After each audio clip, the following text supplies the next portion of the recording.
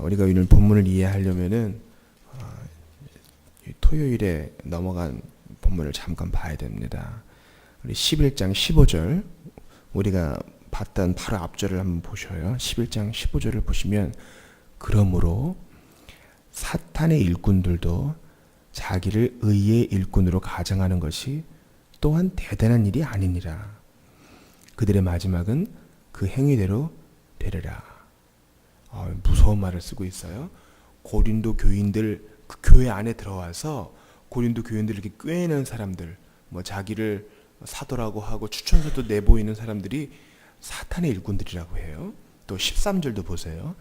그런 사람들은 거짓 사도요, 속이는 일꾼이니 자기를 그리스도의 사도로 가장하는 자들이니라.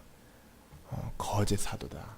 그러니까 실상은 예수 믿는 것처럼 용어도 그렇고 행동도 그렇고 그렇지만은 사실은 믿는 자도 아니요, 거짓 사도일 뿐만 아니라 사탄의 일꾼이다. 바울이 아주 거침없이 얘기하는 것이죠. 그러니까 우리는 그 사람이 풍기는 이미지가 좋고 입에서 나오는 말이 우선 감동적이어도 지켜보고 분별해야 된다, 이 얘기를 하는 것입니다.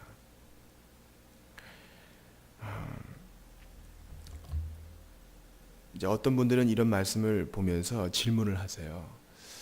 요즘도 뭐 이런 일이 있겠습니까? 이런 얘기를 하는 것이죠. 그러나 이러한 진리의 싸움은 계속되는 것입니다.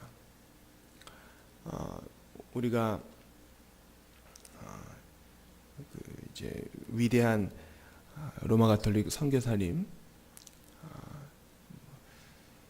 그곳에서 암으로 죽어가면서도 현지인들을 섬겼던 로마 가톨릭 선교사님, 그분의 헌신, 나누어줌, 이 정신이 너무 고상한 것이죠.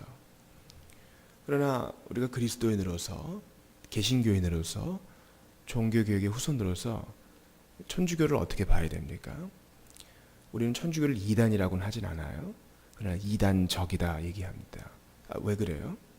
그 안에서도 우리보다 더 열렬히 신앙생활하는 성도들이 있어요. 얼마나 순수한지 몰라요. 작년에 제가 암이 걸린 분이 있어가지고 신방을 갔습니다. 머리가 막 다 빠졌죠.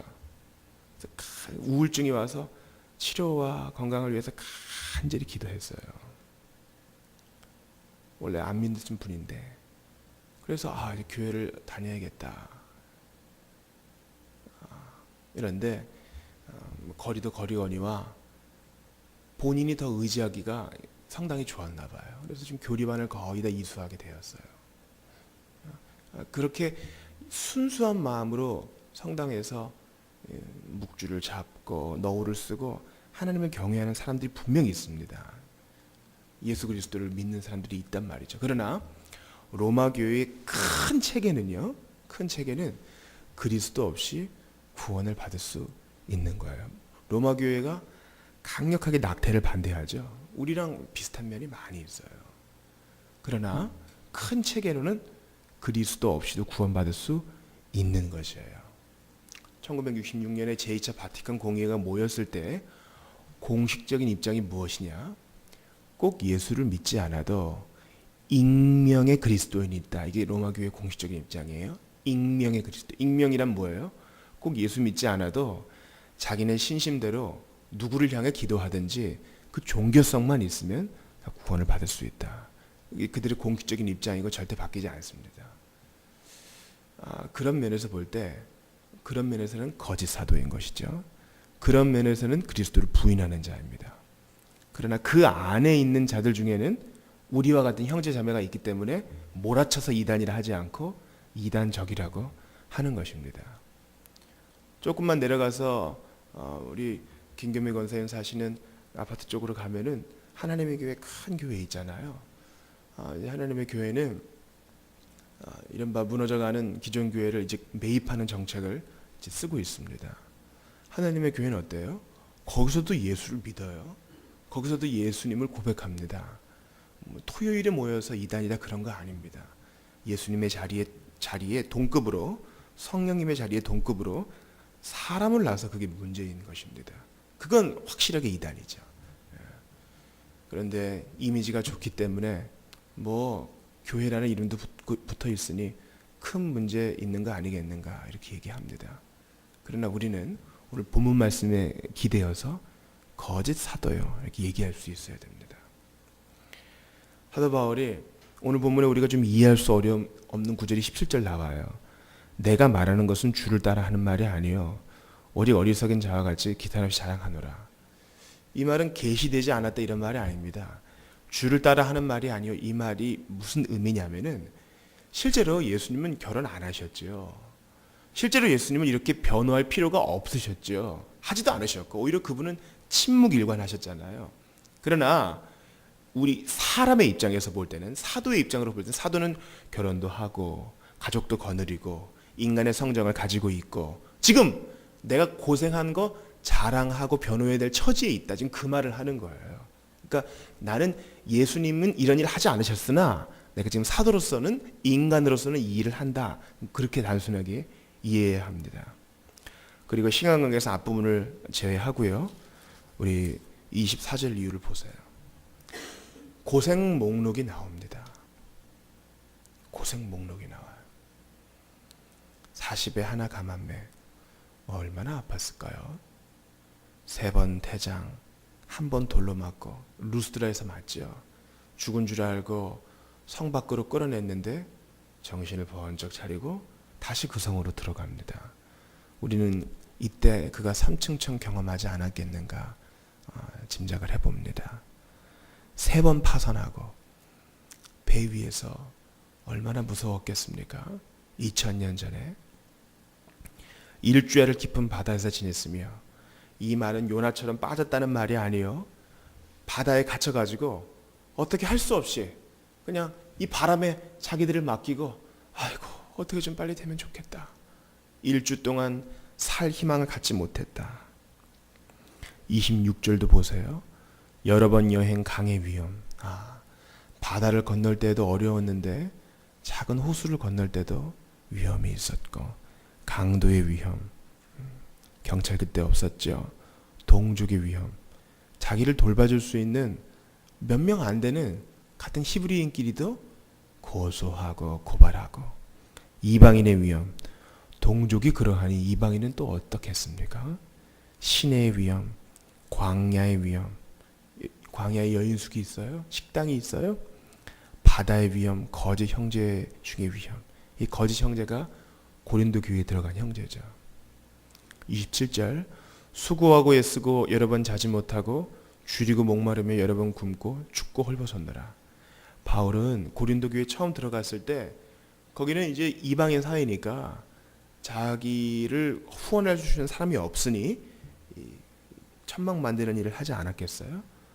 천막 만드는 일은요, 지난번에도 말씀드렸지만 가죽을 다루는 일이기 때문에 가죽을 다루는 일은 당연히 젖은 피로 젖어 있는 가죽을 다루는 일이 포함되는 거예요. 그러니까 구약 시대의 율법으로는 부정한 일이죠. 하급한 일이고 저급한 일이고. 그러니까 얼마 받는 삭도 적었을 것이라고요. 그러니까 일을 하면서 고린도 교회도 세워야 했으니 여러 번 굶고 헐벗고 먹지 못했던 것이 이해가 됩니다. 그러나 28절 다시 보세요. 이외의 일은 고사하고 가장 힘든 게 뭐예요? 교회를 위해서 염려하는 게 제일 눌리는 일이다. 좀 이상해요. 거짓 형제들이 바울을 고소하고 쟤는 별로 기품이 없고 힘도 없어 이렇게 얘기하는데 자랑하겠노라 하면서 지금 자랑하는 게 뭐예요? 실컷 두드려 맞고 고생한 거 지금 자랑한다고요. 고생을 즐기나요? 그런 게 아닙니다. 그리스도인의 참된 추천장은, 참된 자랑은 바로 주로 인한 희생이다. 지금 그 얘기를 하는 거예요. 우리가 지금은 잘 안 부르지만 장욱조 목사님이 불렀던 할 수 있다 하신 이는 이런 찬양이 있어요. 거기에 3절인가에 이런 고백이 있죠. 할 수 있다 하신 이는 나의 능력 주 하나니 나를 바라보시고 물결이를 걸으라 하시네. 그리고 할 수 있다 하신 주, 할 수 있다 하신 주, 희생만이 능력이라 하시네. 희생만이 능력이라 하시네 그랬어요. 희생이 공로가 되어서 주님이 우리를 인정해주고 추천해주고 능력 준다 이런 말이 아닙니다. 희생은 능력이 아니라 주로 인한 희생이 그만큼 값어치 있고 상을 얻을 만하며 마땅히 예수님의 본을 따르는 길이다. 그 얘기를 하는 거예요. 바울은 나 지금 고생이 좋아 이런 말이 아닙니다. 이게 주님이 가신 길이요. 이것이 주님의 방법이니 거짓 선생들은 그러냐? 그렇지 않다는 거죠. 그들은 누릴 것 다 누리고 이미지가 좋고. 여러분 고난받는 교황 보신 적 있어요? 고난받는 교황이란 건 없어요. 그러나 고난받는 선교사, 고난받는 성도는 있는 것입니다. 우리는 100년이 넘는 한국교회 역사 가운데 특별히 초기에 우리 선배들이 고난을 많이 겪었습니다. 그래서 그 이후의 세대들이 그 고난 때문에 유익을 얻었죠. 그리고 저는 감히 예언을 합니다. 이제 그 순서가 돌아와서 이제 남은 후손들을 위해 다시 한번 우리가 눈물로 씨를 뿌려야 될 때가 지금이요. 앞으로도 좀 있을 거라 생각이 됩니다. 그래야 후손들이 얻게 되겠죠. 제가 목사님께 어기여차 기도회를 제안했어요. 어기여차 기도회란 어머니의 기도로 여호수아와 같은 차세대 리더를 키운다. 이게 중계 충성교회에서 하는 것인데요. 중계 충성교회 김원관 목사님은 이른바 세습을 하신 목사님입니다. 근데 전혀 문제가 안 됐어요. 왜 그럽니까? 아버지가 일평생 개척교회만 해서 교인이 30명이었거든요. 그 세습에 아무 문제가 없었어요. 누구도 오려고 하지 않았고 본인이 어릴 때 장남인데 아버지가 오늘부터 교회가 시작이다. 그래서 거실에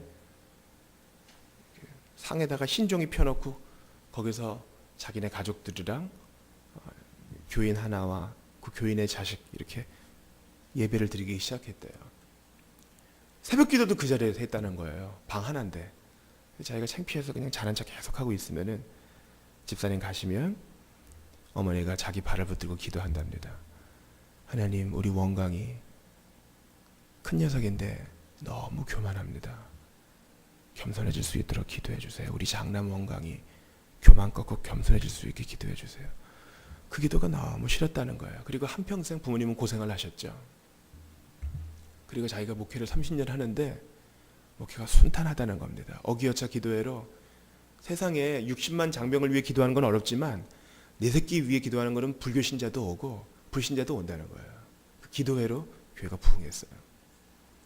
30년의 목회 인생이 평안할 수 있었던 것은 그 전 세대에 부모님이 눈물로 기도해 줬고 고생을 해 줬고 희생을 감당했기 때문에 지금 그 열매 따먹는 거다. 이렇게 해석하는 것이니 그게 옳습니다. 우리가 우리 자녀들을 위한다면 우리가 기꺼이 어제 받은 말씀처럼 눈물로 씨를 뿌려야 됩니다. 그동안 너무 앞세대가 초기 선교 세대가 흘렸던 피의 열매를 먹고 자랐기 때문에 희생하는 게 쉽지 않아요. 그러나 그거 해야 됩니다. 교우들 간에도 막혀있는 담이 있고요. 적당한 선이 있고요. 충고해 주기보다는 그냥 넘어가지. 이렇게 됩니다. 우리가 선교의 열매, 사랑의 열매를 맺기 위해서는 희생만이 능력이라 하시네. 바로 이 본을 따라야 하는 것입니다. 사도 바울이 내가 부득불 자랑할진대 나의 약한 것을 자랑하리라. 자랑한다 하면서 실컷 두드려 맞은 것을 자랑하는 이유는 그가 그것을 즐겨서가 아니라 그게 그리스도인의 방식이요. 예수님의 방식이기 때문입니다. 이 방식이 싫어요 하고 뛰쳐나간 사람을 제가 여러 보았어요. 그러나 결국 돌아서라도 그 길로 오게 됩니다. 마치 요나가 니느웨는 싫어요. 누구도 니느웨는 싫죠. 나쁜 놈들이고 잔인한 놈들인데.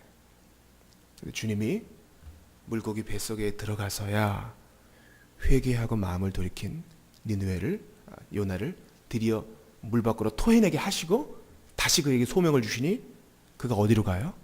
처음에 가고자 했던 니느웨로 다시 가는 겁니다. 회복된 이후에 그 길로 다시 가는 겁니다. 예수님의 방식, 바울의 방식이 싫어요. 그래도 주님이 우리를 연단하신 이후에는 그 길로 가게 합니다. 이건 절대 변함이 없어요. 그게 참 행복의 길이니까.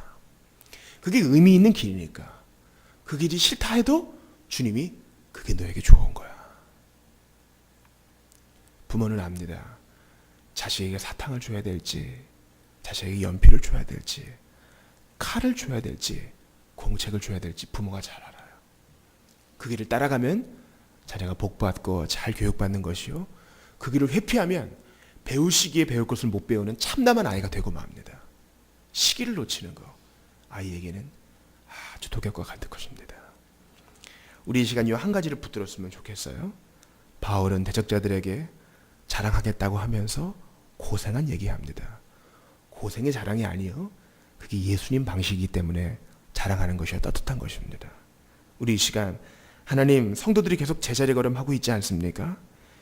요나처럼 물 밖에 토해냄을 당했어도 거기 안 가겠어요 하고 다시 또 물고기 뱃속으로 들어가고, 그런 길을 반복하지 않도록 도와주십시오. 우리 예수님이 알려주신 희생만이 능력이라 하시네. 세상에서는 너희가 미움을 당할 것이나 담대하라, 내가 세상을 이기었노라. 담대하라, 내가 성령을 보내었노라. 담대하라, 내가 너와 함께하노라. 이 방식을 우리가 좇을 수 있도록 도와주십시오. 오늘은 미얀마를 위한 기도입니다. 개방 분위기에 맞춰 성경과 기독교 문서가 잘 보급되게 하시고 라디오를 통해서도 복음이 활발하게 증거되게 하옵소서. 오늘 본 말씀 붙들고 주님 뒤를 따르게 하옵소서. 미얀마를 위해서 기도합니다. 하나님 아버지 감사합니다. 오늘도 저희에게 고린도후서 말씀을 주신 것을 감사합니다. 인간적인 서신을 통하여서 저희 마음에 부대끼는 것이 많이 있습니다.